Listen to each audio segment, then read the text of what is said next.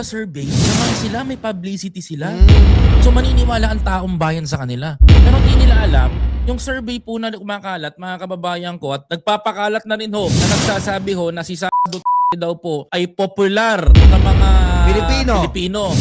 Totoo doon. Sasagutin Yung ko rin survey yan. ho, na kumalat na ho na yan, hindi ho yaan ginanap sa Visayas at sa Luzon. Tama. Certain parte lang po ng Mindanao. For Tama. example, nagtanong po sila sa 1,500 na tao, automatic taga Mindanao. Tama. Dalhin nyo po yung survey sa Visayas. Dalhin nyo po sa Luzon. Paabutin natin hanggang Batanes. Tingnan natin kung merong 35% na makukuwang boto itong si Sado. Sasagutin ko yan. Oh. Eto, para maliwanagan kayo. Kayong dalawa, sa manonood, at yung ating mga kasama rito. Alam mo, sabi ko nga, meron silang gagawin sa katapusan na malawakan daw na Kilos convoy, rally, ganon. Kasi kailangan nilang gawin yon na kunin yung loob ng mga tao para masabi nila na, dapat ipalit natin si kasi mataas ang kumpiyansa ng mga tao rito. Mataas ang tiwala. Ganun yun. Pero, ito yon. Kung totoo, sabi mo nga kanina, hindi totoo yon ha. Ito naman sa akin, kung totoo na talagang nais si Sara Duterte ng mga Pilipino, ito. Challenge na yan. That is a challenge. Sila rin ang gagawa ng ng aking patunay. Anong patunay? Ito. Kung inyong maalala, meron po silang ako naman tatay. Tatay ako naman. Tatay ako naman.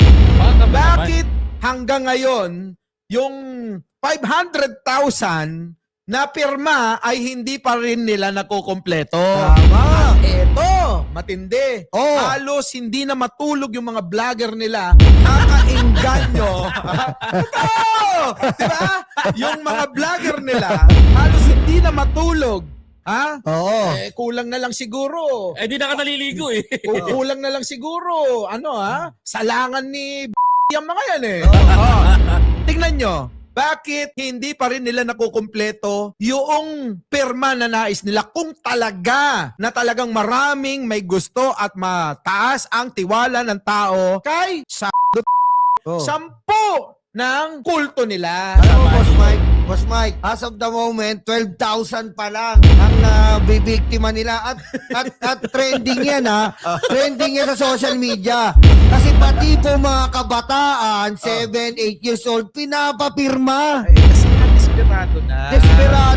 Desperado na nilang na mapakita na mabuo daw nila yung pirma. 1 million. Baka tayo nga 500,000 nga lang eh. 500. Tayo nga baka magpapirma tayo eh. Lampanin natin yan eh. Tay, dyan ka na lang. Baka mapuno eh. Diba, Boss Mike? Tama. Antayin nyo. Magpapaikot kami kasama ng mga sakyan ni Boss Mike. Tay, dyan ka na lang.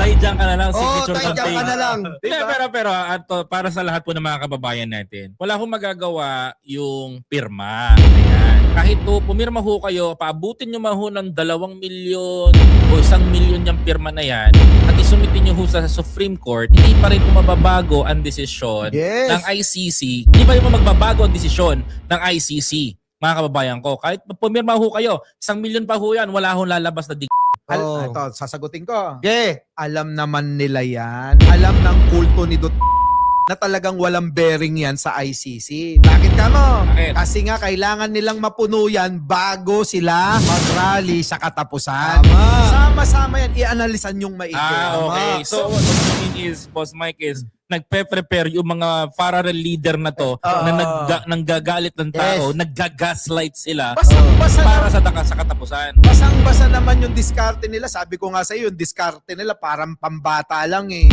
Lalim-laliman nyo kasi yung diskarte ninyo tulad ng diskarte ni Pangulong Bongbong. Hindi nyo mabasa kung paano gumawa ng estratehiya para bigla na lang magugulat kayo. Makukulong na naman yung isang kasama nyo. Tama. Hindi nyo ba napapansin? Weak leader!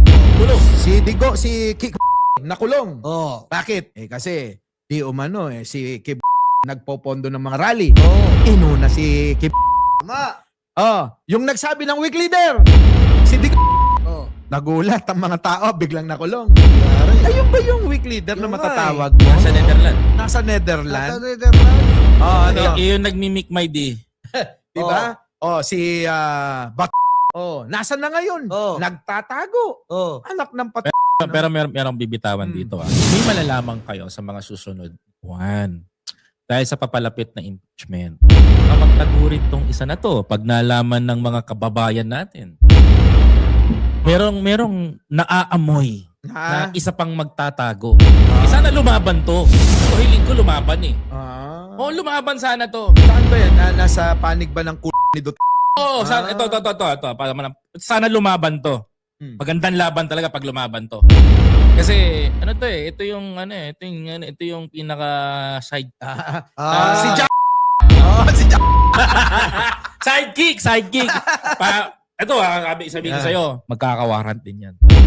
Sabi nga. Ay nako, magkakawarant yan. Sandaling panahon na lang, di ba? Alam mo, sabi nga nito, huwag mo na sabihin yung sabi pagbaba niyan sa pwesto, habulin ko yan. Nako. Ikukulong ko yan. Kinulong nga. Oo nga. Di ba? Oo. Yung apprentice. Siyempre. Yung apprentice. Kasapakat. Ano mangyayari sa apprentice? Eto na, malalaman ng taong bayan. Very exciting yung February parating. Marami pong magtatago. Marami rin makukulong. Eto na tayo sa exciting part. Mukhang magkakaroon na naman ng matinding viral na mga content sa social media. Tama, Boss Mike. Ito nga pinakamatindi dun, Boss Mike. Umalma to. Ang bulungan ganito. Tangkot sa flood control. Totoo naman talaga eh. Di ba nga, Si itinatanong. kapatid, si tatay, nga. sangkot.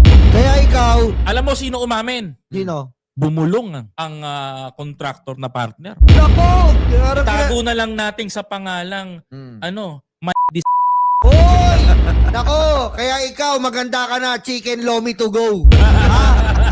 Lahat ng mga ginawa mo nung kasama mo yung tatay mong kurduroy ang b***lo, pananagutan mo, chicken lomi to go. Biro mo, tatay mo, kapatid mo, tapos ikaw, hindi ka kasama sa patakbo ng flood control. Sinong lolokohin nyo? Di lang maloloko nyo. During that time, isa siya sa pinakamataas na posisyon sa paligid ng isang presidente. Little president na. Little president. At kung tawagin natin, sabihin natin na ES. Yes. Pero mo, bawal pala sa batas natin na ikaw pala executive secretary at ang pamilya mo ay makakatanggap ng mga flood control project. Pegador, wala kang kawa.